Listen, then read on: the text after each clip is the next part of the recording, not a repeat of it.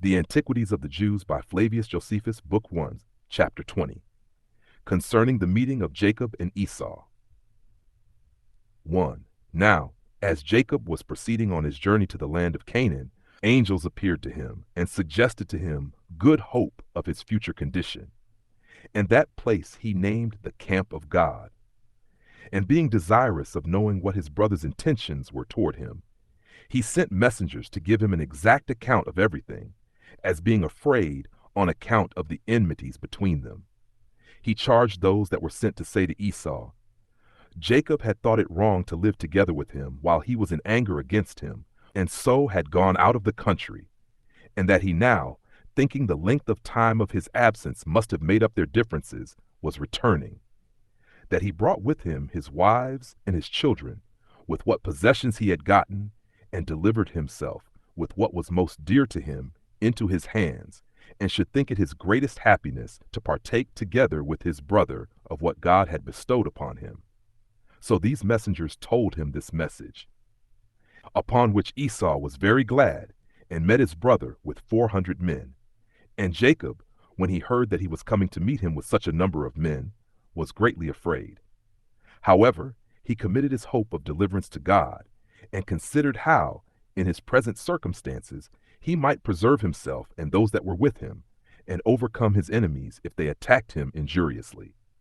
He therefore distributed his company into parts. Some he sent before the rest, and the others he ordered to come close behind, that so, if the first were overpowered when his brother attacked them, they might have those that followed as a refuge to fly unto. And when he had put his company in this order, he sent some of them to carry presents to his brother. The presents were made up of cattle, and a great number of 4-footed beasts, of many kinds, such as would be very acceptable to those that received them, on account of their rarity.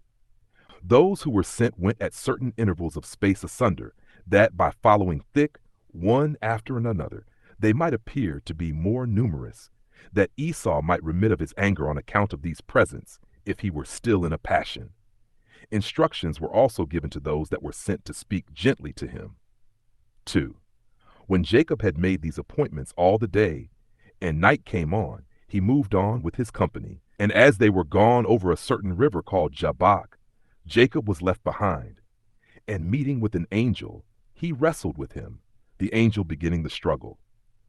But he prevailed over the angel, who used a voice and spake to him in words, exhorting him to be pleased with what had happened to him, and not to suppose that his victory was a small one, but that he had overcome a divine angel, and to esteem the victory as a sign of great blessings that should come to him, and that his offspring should never fall, and that no man should be too hard for his power.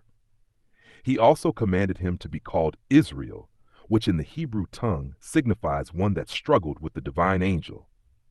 These promises were made at the prayer of Jacob, for when he perceived him to be the angel of God, he desired he would signify to him what should befall him hereafter. And when the angel had said what is before related, he disappeared. But Jacob was pleased with these things, and named the place Phanuel, which signifies the face of God.